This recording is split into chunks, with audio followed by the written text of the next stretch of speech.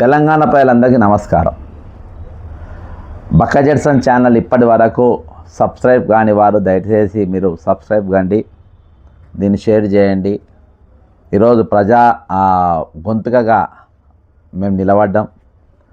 సరే, దానికంటే ముందు మనము ఈరోజు ముఖ్యమైన అంశానికి పోతే, ఈరోజు ఈ తెలంగాణలో ఉమ్మడి ఆంధ్రప్రదేశ్లో భారతదేశంలోనే ఎవరు మంచోళ్ళు ఎవరు చెడ్డోళ్ళు, చెడ్డోళ్ళు ఉంటే వాళ్ళు ఎంత చెడ్డోళ్ళు, మంచోళ్ళు అయితే వాళ్ళు ఎంత మంచోళ్ళు, ఎందుకు మంచోళ్ళు అని కండక్ట్ సర్టిఫికెట్ ఇచ్చే మీడియా సంస్థ ఏదైనా ఉందంటే అది TV9 రవిప్రకాష్ గారు. ఇప్పుడు RTV రవిప్రకాష్గా మారిండ్రు.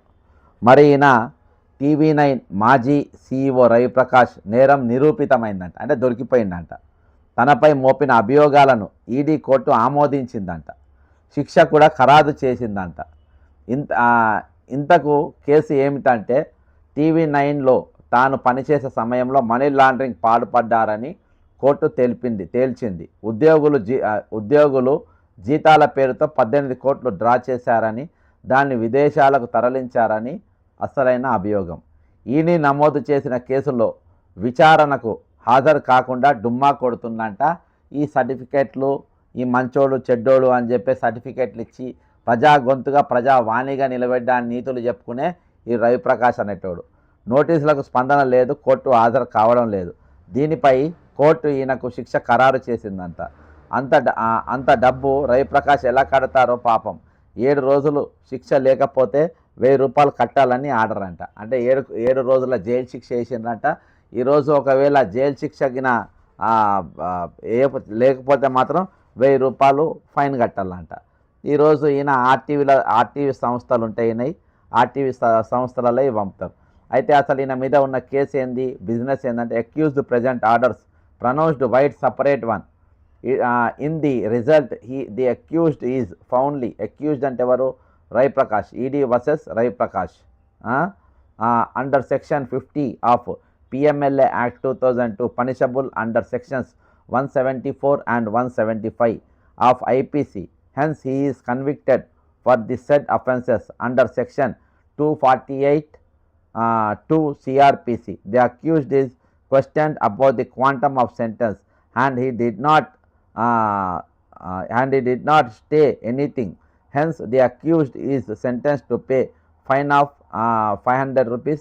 అంటే ఇక పెద్ద సెంటెన్స్ ఉంది. మొత్తానికి 1000 రూపాయలు వాళ్ళకు ఇదన్నా వేయాలని మొత్తానికి ఈయన విధైంది. మరి తర్వాత కోర్టుకు హాజరు అవుతలేడు కాబట్టి ఇవన్నీ నిరూపితమైన, అంటే మొత్తానికి ఓవరాల్గా కోర్టులు అంటే గౌరవం లేకుండా ఈరోజు తనపైన వచ్చిన అభియోగాలను ఈరోజు వాటికి ఇది చేయకుండా, పక్క ఖాతారు చేయకుండా, ఈరోజు వాళ్ళ జీతాల పేరుతోని ఏది పైసలు మనీ లాండరింగ్ చేసే వ్యక్తి ఈరోజు ఇసోంటి అసలు మీడియా సంస్థలో ఉండొచ్చా? ఇసోంటోళ్ళ ఛానళ్ళు చూడాలన్నా? ఇసోంటోళ్ళ ఛానల్ను అసలు మన పరిగణలోకి తీసుకోవాలన్నా? ఇసోంటి ఛానళ్లను మనం నిజంగా ఈ సమాజానికి అవసరమా? ప్రజలు ఆలోచించాల్సిన అవసరం ఉన్నది. ఈరోజు నిత్యము వీళ్ళు బ్లాక్మెయిలింగ్లకు, నిత్యము వీళ్ళు ప్రజలకు ఇబ్బందికరంగా ఉండే వ్యక్తులు. నిజంగా వీళ్ళు ప్రజల సంబంధాలతోని, ప్రజల యొక్క సమస్యలు ఈరోజు పరిష్కార దిశ కాదు, కనీసం వీటి ప్రచారం చేసే ప్రయత్నం కూడా చేయరు. మీరు ఎప్పుడైనా అబ్జర్వ్ చేయండి, ఇయాటి వరకు ఈయన ఎక్కడ కూడా ఏది ఆర్టీవీలో కూడా బక్క జెడ్సన్ అనేది స్కామ్ తీసుకొస్తే ఆయన తొలి వెలుగుకి వెళ్ళి బయటకు వచ్చిన తర్వాత, అంటే RTV పెట్టిన తర్వాత ఇవాళ వరం మాట్లాడు. ఎందుకు మాట్లాడాలంటే, ధరణి యొక్క స్కామ్ గురించి నేను పూర్తి వివరాలు సాక్ష్యాలతో సహా ఎక్స్క్లూజివ్గా తొలి వెలుగుకి ఇచ్చిన. ఎందుకంటే అప్పుడు తొలి వెలుగులో మన తొలి వెలుగు రఘువ అందులో యాంకర్గా ఉండే. ఈడీ ఆఫీస్కి అడిస్తే దాదాపు 10 లక్షలు దాటి వెళ్ళిపోయింది. అది దాన్ని బేరం పెట్టుకొని ఆ వీడియో తీసేయడానికి ఆ రోజు కేటీఆర్తోని మధ్యవర్తి ఒకరిని పెట్టుకొని ఆయనతోని బేరం చేసుకొని బయటకు వచ్చినటువంటి పరిస్థితి. ఆ విధంగా RTV పుట్టింది. RTV ముందు పోయి నేను గొడవ చేసిన, ఈ వీడియో ఎందుకు తీసేసిందని. ఆ వీడియో తీసేసినందుకే పుట్టినటువంటి ఛానల్ RTV.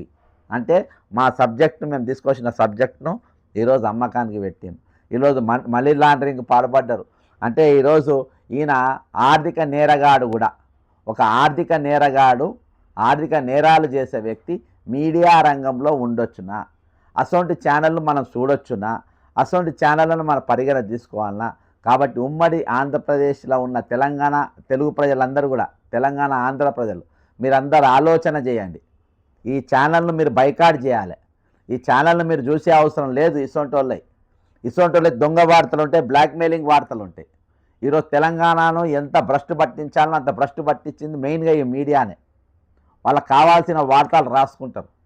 వాళ్ళకు పొలిటికల్ లాబింగ్లు ఉంటాయి, బ్యూరోక్రసీ లాబింగ్లు ఉంటాయి, బ్లాక్మెయిలింగ్లు ఉంటాయి, దందాలు ఉంటాయి. ఈరోజు ఒక మాఫియా లెక్క వీళ్ళందరూ పనిచేసే పరిస్థితి. కాబట్టి ఆలోచన చేయండి. ఇలాంటి వాళ్ళై ఛానళ్ళు నిజంగా మనం ప్రసారం చేయడం అవసరమా? ఇటువంటి ఛానళ్ళు మనం చూడడం అవసరమా? ఇటువంటి ఛానల్ని మనం ప్రోత్సహించడం అవసరమా? ఇటువంటి ఛానళ్ళకు లైకులు కొట్టడం అవసరమా? ఇటువంటి ఛానళ్ళ కింద కామెంట్లు పెట్టడం అవసరమా? ఇది చేసే ప్రతి చర్య వల్ల వాళ్ళు ఇంకా సమాజం పైన రెచ్చిపోతూ ఉంటారు. రెచ్చిపోతే పరిస్థితి ఉంటుంది. ఈరోజు రిటైర్మెంట్ ఎంప్లాయీస్ ఇంతమంది చనిపోయినా ఆర్టీవీలో ఒక్క రోజు కూడా ఒక వార్త ప్రసారం కాలే. ఆర్టీవీలో ఒక్క వార్త కూడా రాలేదు. ఇంతమంది చనిపోయినా దాదాపు 20,500 మందికి మరి ఈరోజు వాళ్ళు డబ్బులు ఇవ్వకుండా ఒక్క వార్త రాలే. అంతేకాకుండా వాళ్ళు చెలో అసెంబ్లీ పెట్టినా ఒక్క వార్త ప్రసారం కాలే. ఈరోజు కేంద్ర ప్రభుత్వం సంబంధించిన పెన్షనర్లు అక్కడ ధర్నా చేస్తున్నా ఒక్కరు కూడా అక్కడికి రాలే. కాబట్టి ఇటువంటి మీడియాను నిజంగా ఇటువంటి మీడియా పెద్దలు ఈరోజు ఈడీ కోర్టు తప్పుపట్టిందంటే ఇటువంటి ఆర్థిక నేరగాళ్లను, ఇటువంటి ఈ హవాలా ద్వారా పైసలు బయటికి రాష్ట్రాల్లో దేశాల్లో పంపేటోళ్లను ఈరోజు అసొంటోళ్ళు ఇక్కడ మనకు అవసరం లేదు. అసొంటోళ్ళను అరికట్టాల్సిన అవసరం ఉంది. అటువంటి ఛానళ్లను బైకాట్ చేయాల్సిన అవసరం ఉంది. కాబట్టి మీరు ఈరోజు రవిప్రకాష్ ఛానల్ అన్నీ కూడా బైకాట్ చేయాలని చెప్పేసి కోరుతా ఉన్నా. ఈరోజు మీడియాను అడ్డం పెట్టుకొని, మీడియా దీతిని అడ్డం పెట్టుకొని ప్రజలకు ప్రభుత్వానికి వారధిగా ఉంటామని చెప్పి ప్రజలకు మేము వాళ్ళ గొంతులుగా విలిపిస్తామని చెప్పి, ప్రశ్నించే గొంతులుగా మేము ఉంటామని చెప్పి ప్రగల్భాలు పలిగే ఈ ఛానళ్ళు వీళ్ళు ఈరోజు దొంగల లెక్క మాట్లాడి, ఈరోజు ప్రజా కంటకుల లెక్క మారి, ఈరోజు ప్రభుత్వాలకు వాళ్ళ మోచేతుల నీళ్లు దాక్కుంటా ఈరోజు వాళ్ళ అడుగులకు మడుగులొత్తే పరిస్థితులలో ఈరోజు ఇలాంటి మీడియా ఉన్నది. కాబట్టి ఒక దొరికిపోయిన మీడియా ఇవాళ ఏ ఛానళ్ళలో కూడా మరి ఈయన గురించి ఎక్కడ పెద్ద వార్త లేదు. ఏ ఛానల్లో కూడా ఈరోజు ఈయన గురించి ఎవరు రాస్తలేరు. ఏ ఛానల్లో కూడా ఈయన నేరం నిరూపితమైంది కాబట్టి ఈయనకింత ఫైన్ వేసిండ్రు, ఈయనను జైలు శిక్ష పడ్డది, వారం రోజుల జైలు శిక్ష పడ్డది అని మాట్లాడారు. ఎందుకంటే వీళ్ళందరూ కూడా తోడు దొంగలు కాబట్టి, ఒకరినొకరు కాపాడుకుంటారు కాబట్టి, ఒకరి విధానాలను ఒకరు ప్రోత్సహించుకుంటారు కాబట్టి, వీళ్ళు వచ్చే సొమ్ములలో అందరూ కూడా తలా రూపాయి తీసుకుంటారు కాబట్టి ఈరోజు వీళ్ళు ఎవ్వరు కూడా మీరు బాగా అబ్జర్వ్ చేయండి. ఆర్టీవీలో కానీ ఈయనకు సంబంధించిన తొలి వెలుగు, ఇప్పుడున్న తొలి వెలుగు ఆయనది ఉంటుంది. ఇందులో ఎక్కడ కూడా నాది ఒక వార్త ఉండదు. ఆర్టీవీ పెట్టక ముందు నేను దాని మీద గొడవ పెట్టక ముందు మొత్తం నాయే ఉంటాయి. తొలి వెలుగు అంటే బక్క జెర్సన్ లెక్కనే ఉంటాయి, కంప్లీట్గా నాయే ఉంటాయి. ఆ వీడియోలు మొత్తం అప్పుడు నేను కేటీఆర్ వాడి మీద అమ్మిన ఆయనతో కుమ్మక్క అయిపోయి కేటీఆర్ మీద నేను వేసినటువంటి ప్రతి వీడియో ఈరోజు బిస్కెట్ అయిపోయింది ఆ ఛానళ్ళకి. అదే టైంలోనే తొలి వెలుగు రవి కూడా బయటకు వచ్చాడు. కాబట్టి అటువంటి వ్యక్తులు ఈరోజు మీడియా రంగంలో ఉన్నారు. ఈరోజు ఈడీలో నిరూపితమైన వ్యక్తిగా, ఒక ఫైన్ పడ్డ వ్యక్తిగా ఆయన ఇంకా మీడియాలో కొనసాగుతూ ఉంటే అటువంటి ఛానళ్లను, అటువంటి వాటిని నిజంగా మనం ప్రోత్సహించద్దు, చూడద్దు. దయచేసి మీరు ఇటువంటి ఛానల్ మీరు బైకాట్ చేయాలి.